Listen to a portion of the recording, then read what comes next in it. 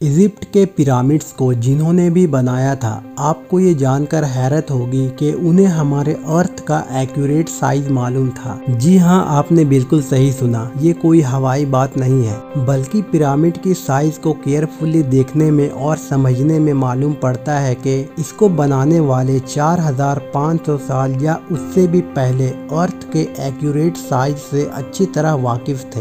दोस्तों, इजिप्ट के पिरामिड्स के बारे में हम जितना ज्यादा जानने की कोशिश करते हैं, उतना ही उसमें उलझते जाते हैं। इस बात में कोई शक नहीं कि इजिप्ट बेशुमार मिस्ट्री से भरा हुआ है, जिनको आज तक इजिप्टोलॉजिस्ट जानने की कोशिश कर रहे हैं। इसमें सबसे बड़ी मिस्ट्री ये है कि पिरामिड्स कैसे बनाए गए थे और इसका असल मकसद क्या था। सालों की मेहनत और रिसर्च के बाद हमें ये बताया जाता है कि पिरामिड एशियंट इजिप्शियन फेरोस के टूम्स हुआ करते थे। ये फेरो इजिप्शियंस के लिए एक किंग से बढ़कर खुदा का दर्जा रखते थे, जिनको पिरामिड्स में दफनाया जाता था। लेकिन असल में आज तक इजिप्टोलॉजिस्ट और आर्कियोलॉजिस्ट को पिरामिड्स में से किसी एक फेरो की मम्मी भी नहीं मिली, बल्कि कहीं भी किसी भी पिरामिड से आज तक कोई मम्मी मिलने का एविडेंस नहीं मिला है। हमारे पास जिस चीज का एविडेंस है वो ये है कि the great pyramids 27 lakh limbs stone block के मदद से बनाया गया था। एक एक ब्लॉक्स करीब एक हाथी के वजन जितना भारी है। इसकी बेस तकरीबन 13 एकड़ में फैली हुई है और इसकी हाइट 481 फीट तक। हमें ये भी देखने को मिलता है कि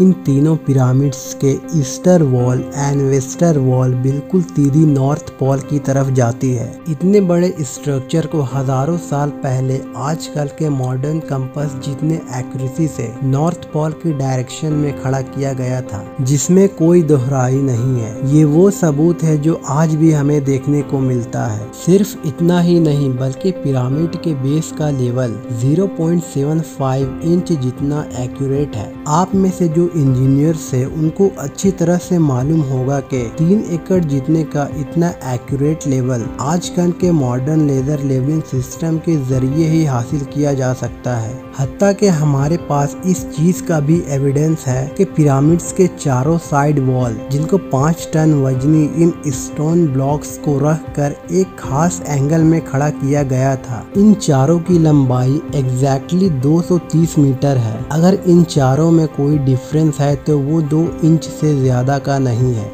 यानी ये वॉल्स एक दूसरे के मुकाबले में 99.98% एक्यूरेट है। बात अभी तक खत्म नहीं हुई। जिन लोगों ने भी द ग्रेट पिरामिड्स बनाया था, उनको हजारों साल पहले भी अर्थ के साइज का अच्छी तरह नॉलेज था। जी हाँ, ये पॉइंट गौर से सुनिएगा। जैसा कि आपको मालूम है कि सर्दियों में दिन छोटे और रात बड़ी हो जाती है, इसका बिल्कुल ही उल्टा गर्मियों में पाया जाता है, जिसमें रात छोटी और दिन बड़े होते हैं। लेकिन साल में सिर्फ 2 दिन ऐसे होते हैं जिसमें रात और दिन दोनों एक जितने ही होते हैं। एक होता है 21 मार्च और दूसरा होता है 22 सितंबर। इन दोनों दिनों में सूरज इक्वेटर के बिल्कुल सेंटर में होता है, जैसा कि आप इस फोटो में भी देख सकते हैं। बाय द वे, इस मोमेंट को, इस घड़ी को सोलर एक्विनॉक्स कहा जाता है। इसका मतलब ये है कि इन 2 डेट्स में 12 घंटे का दिन और 12 घंटे की रात होती है। 12 घंटों को अगर सेकेंड्स में कन्वर्ट किया जाए तो ये 43,200 सेकेंड बनते हैं। अगर 43,200 सेकेंड को द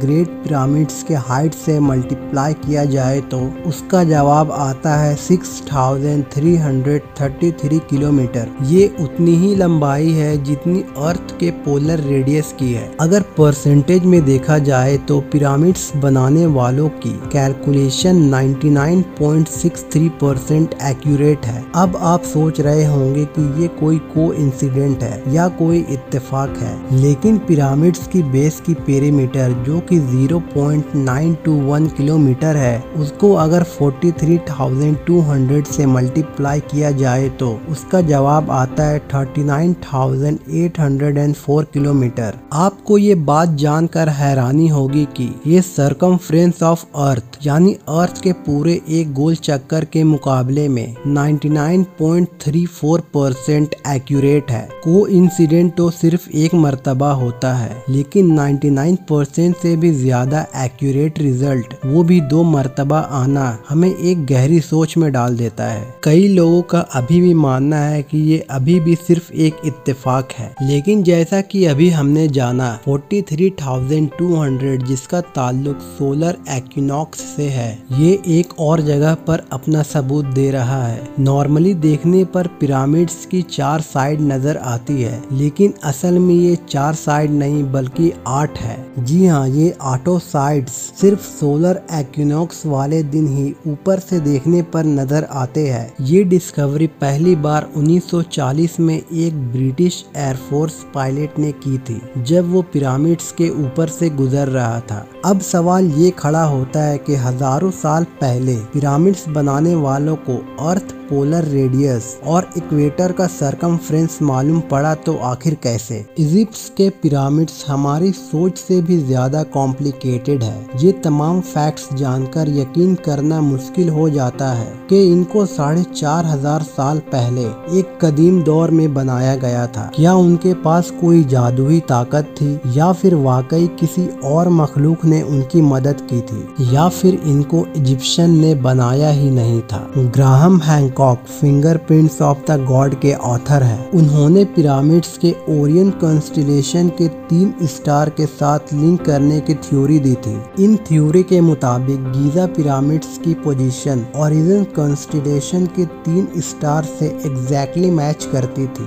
लेकिन मसला ये है, ओरियन कॉन्स्टिलेशन के ये स्टार्स पिरामिड्स की पोजीशन से ना आज मैच करते हैं और ना ही 4,500 साल पहले एशियन इजिप्शियंस के दौर में मैच किया करते थे, बल्कि ये 13,500 साल पहले एग्जैक्टली पिरामिड्स की पोजीशन से मैच करते थे। इस एस्ट्रोनॉमिकल एविडेंस से ये जाहिर होता है कि पिरामिड्स 11,400 BC में इन स्टार से मैच करके बनाए गए थे, लेकिन उस वक्त एशियन इजिप्शियन सिविलाइजेशन होने का कोई एविडेंस नहीं मिलता। अगर आपको लगता है कि ये एस्ट्रोनॉमिकल एविडेंस कमजोर है, तो फिर इस फिजिकल एविडेंस के बारे में क्या ख्याल है? बॉस्टन यूनिवर्सिटी से ताल्लुकात रखने वाले प्रोफेसर रॉबर्ट स्कॉच का कहना है कि गीजा प्लेटो, जो आज एक ड्राई जगह है, ये फैरो के टाइम में भी ऐसे ही ड्राई होती थी, लेकिन लाइन स्टोन से बनी 240 फीट बड़े इस स्फिनिक्स पर ये इरोजन सिर्फ हवा और रेत की वजह से नहीं, बल्कि इसमें पानी का बहुत बड़ा किरदार है। ये इरोजन सिर्फ तब मुमकिन हो सकता है जब पानी यहाँ से स्पीड में गुजरा हो। इस किस्म की इरोजन हमें और पहाड़ों पर भी देखने को मिलता है, जो किसी दौर में तेज पानी की लपेट में हुआ करते थे। अगर स्फिनिक्स भी एशियंट इजिप्शियन ने ही बनाया था, तो उसके बाद तो ये जगह आज भी खुश्क ही रही है। क्या कहीं इस दौर से पहले तो यहाँ पानी नहीं था? साइंस के पास इस बात का एविडेंस मौजूद है कि 9700 BC में हमारी दुनिया से आखिरी आइस एज खत्म हुई थी।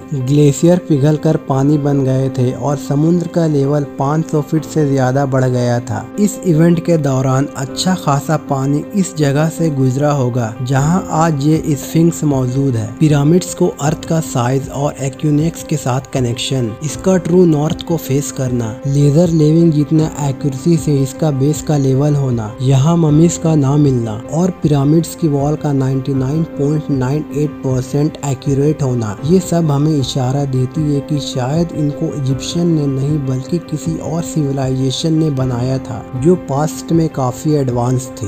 ये भी हो सकता है कि इजिप्शियंस को ये पिरामिड्स बने बनाए ही मिले थे और उन्होंने इसको टेक ओवर करके अपने रिलीजन्स के लिए इस्तेमाल करना शुरू कर दिया। इजिप्ट में कई जगह पर पाए जाने वाली हायरोग्लिफ्स, जिसमें एशियन इजिप्शियन ने अपने हिस्ट्री और रिलीजन्स के बारे में काफी मालूमात फराहम कर रखी है। अफसोस इस बात का है, इन हायरोग्लिफ्स में भी कहीं पिरामिड्स की कंस्ट्रक्शन के बारे में हमें कोई इन्फॉर्मेशन नहीं बताई गई। अब इन सब में कितनी सच्चाई है, जैसे जैसे साइंस तरक्की करेगी वैसे वैसे एक न एक दिन सच सामने आ ही जाएगा। दोस्तों, अगर वीडियो इन्फॉर्मेटिव लगी हो तो चैनल को जरूर सब्सक्राइब कर ले, ताकि इसी तरह की इन्फॉर्मेटिव वीडियो आप तक पहुंचती रहे।